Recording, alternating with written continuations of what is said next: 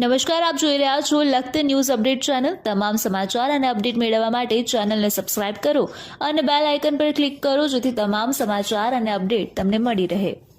લખતર મામલતદાર કચેરી પાસે આઈટીઆઈ જવાના રસ્તા પાસે નવી પાઇપલાઇન લીકેજ, નર્મદાના પાણીનો વેડફાટ। લખતર રેલવે સ્ટેશન પાસે આવેલ પરામા અને કસ્તુરબા ગાંધી બાલિકા વિદ્યાલય પાણીથી વંચિત રહે તેવી શક્યતા।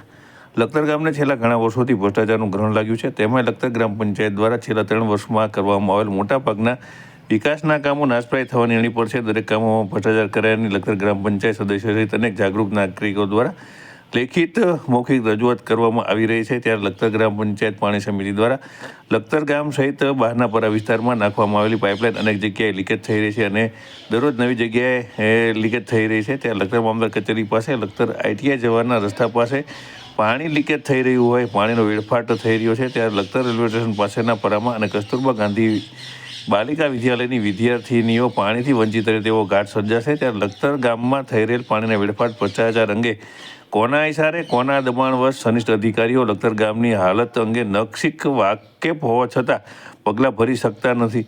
શું લખતર ગામની વર્ષોથી પીડાતી પ્રજાને આ સમસ્યામાંથી કોઈ સનિષ્ઠ અધિકારી છોડાવશે ખરા?